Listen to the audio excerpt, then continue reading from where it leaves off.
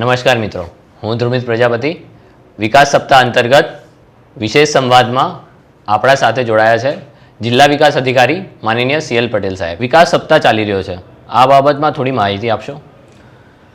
જી ચોક્કસ. અત્યારે સમગ્ર ગુજરાત રાજ્યમાં 7મી ઓક્ટોબર થી લઈને 15મી ઓક્ટોબર સુધી વિકાસ સપ્તાહની ઉજવણી ચાલી રહી છે. હાલના પ્રધાનમંત્રી શ્રી નરેન્દ્ર મોદી સાહેબના જ્યારે પ્રથમ વખત મુખ્યમંત્રી તરીકેનો કાર્યભાર સંભાળ્યો, એટલે કે 7મી ઓક્ટોબર 2001થી લઈને 7મી ઓક્ટોબર 2024 એટલે 25 એટલે કે 24 વર્ષ સુધી જે એમના દ્વારા જે વિકાસના સતત કાર્યો થયા છે એ વિકાસના કાર્યોને લોકો વચ્ચે લઈ જવાનો આ ઉત્સવ છે. અને જે હજુ પણ આ વિકાસ કાર્યોથી કે વિકાસના કામોથી વંચિત રહ્યા છે એના સુધી એટલે જન સુધી આ વિકાસના લાભો પહોંચાડવા માટેનું આખું આ સપ્તાહનું આયોજન છે. આ વિકાસ સપ્તાહમાં અલગ અલગ થીમ રાખવામાં આવી છે કે જેમાં રોજગાર મેળો હશે.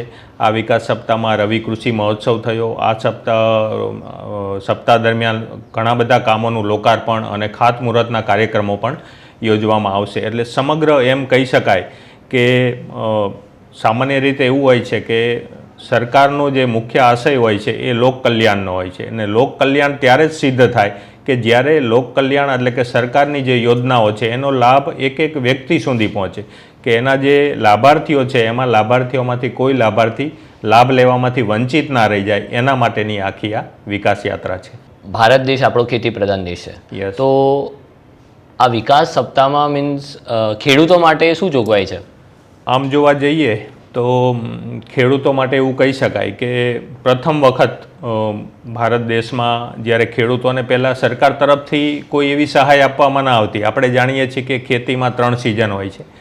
તો અત્યારે કેન્દ્ર સરકાર દ્વારા માનનીય પ્રધાનમંત્રીશ્રીના નેતૃત્વમાં એવો એક અદ્ભુત નિર્ણય લેવાયો છે કે જેમાં ખેડૂતોને 3ય સિઝનની શરૂઆત પહેલાં થોડા ઇનપુટ્સ લેવાના હોય, બિયારણ લેવાના હોય, જંતુનાશક દવાઓની જરૂર હોય, એવી જે તૈયારીઓ કરવાની હોય એના માટે દર સિઝનની શરૂઆતમાં એને 2,000 રૂપિયા લેખે સમગ્ર વર્ષ દરમિયાન કુલ 6,000 રૂપિયા આપવામાં આવે છે.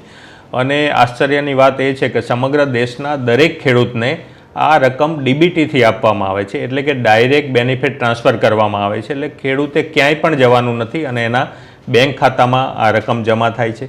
સાથે સાથે ખેડૂતોને કૃષિ health card, soil health card છે એની પણ સુવિધા આપવામાં આવે છે, જેમાં એના જમીનનું આરોગ્ય, જેમ આપણું હેલ્થ કાર્ડ આપણે બનાવીએ એવી રીતે જમીનનું પણ એક હેલ્થ કાર્ડ બનાવવાની એક સરસ યોજના સરકારશ્રી દ્વારા અમલમાં છે.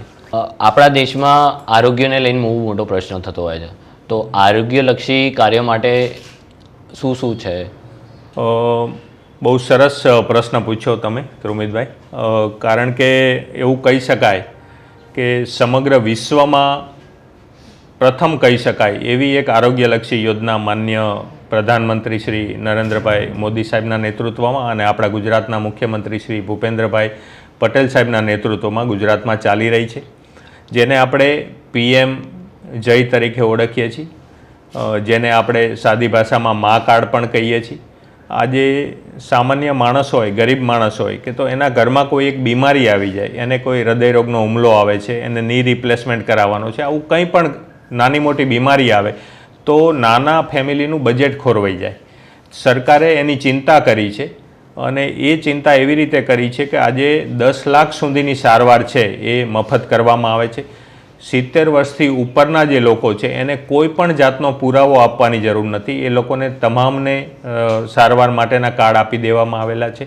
અને એ સિવાયના જે લાભાર્થીઓ જે એલિજિબલ છે એ બધાને જ આ કાર્ડ આપવામાં આવેલા છે. એટલે એમ કહી શકાય કે સમગ્ર વિશ્વમાં આ પ્રકારની એક અલગ જ પ્રકારની યોજના કે જેનાથી આખા દેશના એટલા બધા લોકોને આનો લાભ મળેલો છે કે જેનું કદાચ શબ્દોમાં વર્ણન કરવું મુશ્કેલ છે.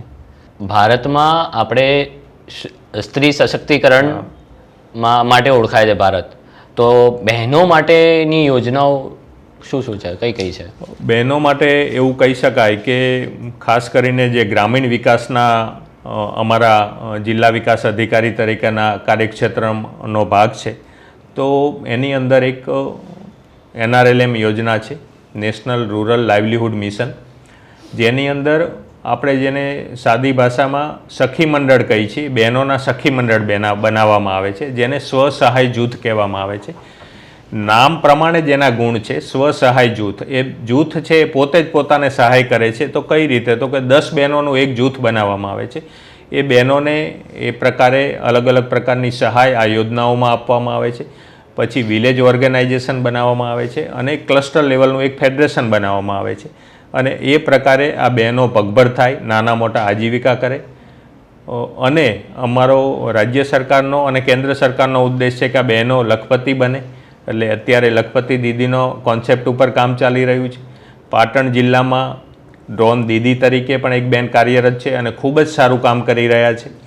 એવી જ રીતે આપણા ત્યાં આ જે બહેનો છે, સખી મંડળની ઘણી બહેનો દ્વારા, ખાસ કરીને સાંતલપુર, રાધનપુરની બહેનો છે, એ ભરત ગૂંથણની અને ઘણી બધી આઇટમો છે, સ્ટેટ લેવલે અને નેશનલ લેવલ સુધીના એક્ઝિબિશનમાં ભાગ લેવા માટે જાય છે. એટલે એ પ્રકારનું સારું કામ આ સરકારની આ બધી યોજનાઓ દ્વારા થઈ રહ્યું છે.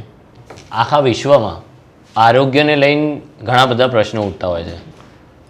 સ્વચ્છતા બાબતે પ્રધાનમંત્રી ઘણી બધી યોજનાઓ લાવતા હોય છે. તો આપણા જિલ્લામાં સ્વચ્છતા માટે કઈ કઈ યોજના છે? આમ જો તમારો પ્રશ્ન ખૂબ સરસ છે, કારણ કે સ્વચ્છતા ત્યાં પ્રભુતા એવું કહેવામાં આવે છે ગુજરાતીમાં. અને જો આપણે સ્વચ્છ હોઈશું, આપણું ઘર સ્વચ્છ હશે અને આજુબાજુનું વાતાવરણ સ્વચ્છ હશે તો 100% આપણને આરોગ્યની દ્રષ્ટિએ પણ એ સારું રહેશે. દેખાવમાં પણ આપણને બધા જ જાણીએ છીએ કે સ્વચ્છતા હશે તો આપણને આપણી આંખને પણ જોવું ગમે છે. સ્વચ્છતા માટે માનનીય પ્રધાનમંત્રીશ્રીએ 2014થી જે શરૂઆત કરી, એ પહેલાં પણ અલગ અલગ પ્રકારની યોજનાઓ ચાલતી હતી, પણ પછીથી જે એક ઝુંબેશના સ્વરૂપે જે કામગીરી થઈ છે અને એ ઝુંબેશ છે અત્યારે જન આંદોલન બની છે. આજે અવારનવાર આપણે સ્વચ્છતાના કાર્યક્રમ જોઈએ છીએ તો લોકો સ્વયંભૂ એમાં જોડાય છે. તો એ જન આંદોલન બનેલું છે. સ્વચ્છતા માટે અત્યારે આપણે એવું કામગીરી કરીએ છીએ કે જાહેર શૌચમાંથી આપણા દેશે ઘણા સમય પહેલાં મુક્તિ મેળવી લીધી છે. તો જાહેરમાં શૌચ ક્રિયા અત્યારે આપણા આખા પૂરા ગુજરાતમાં ક્યાંય નથી. હવે આપણે એને મેન્ટેન કરવાની છે અને એને સસ્ટેન કરીને એનાથી પણ આગળ આપણે વધવાનું છે. તો એના માટે કોઈ પણ ઘર શૌચાલય વિહોણું ના રહી જાય, એટલે કોઈ પણ ઘરમાં ટોયલેટ ના હોય એવું નહીં બને. એટલે એના માટે સરકારશ્રીની SBM કરીને એક યોજના છે, સ્વચ્છ ભારત મિશન. એ અંતર્ગત જિલ્લાના જે નવા ઘર બને છે અથવા તો હજુ પણ કોઈ બાકી રહી ગયું હોય તો એવા ઘરની અંદર આપણે ટોયલેટ માટે સહાય આપીએ છીએ. એ ઉપરાંત સામૂહિક કામો પણ જે સ્વચ્છતાના છે, સામૂહિક શૌચાલય છે, વ્યક્તિગત અને સામૂહિક શોકપીટ છે, એ પ્રકારના કામો કરીને સોલિડ અને લિક્વિડ વેસ્ટ જે છે એના મેનેજમેન્ટ માટે આખી યોજના કાર્યરત છે. અને હમણાં આપણે ડોર ટુ ડોર કલેક્શન માટે પણ, કે જેમ શહેરી વિસ્તારના નાગરિકો જેવું જીવન ધોરણ ધરાવે છે એવું જ જીવન ધોરણ ગ્રામ્ય કક્ષાના નાગરિકો પણ ધરાવે એવું સરકારનો નેમ છે. અને એ જ દિશામાં પહેલ રૂપે આપણે દરેક ગામમાં પણ ડોર ટુ ડોર કચરાના કલેક્શન માટે આપણે વાહનો આપવા જઈ રહ્યા છીએ. ધન્યવાદ સર, અમારી સાથે જોડાવા માટે અને વિકાસ સપ્તાહ અંતર્ગત માહિતી આપવા માટે. Thank you.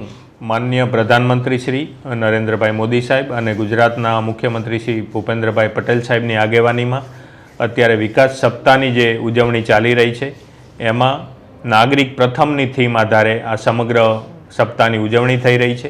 જેમાં સેવા, સમર્પણ અને સુશાસનના ભાવ સાથે આ કામગીરી થઈ રહી છે.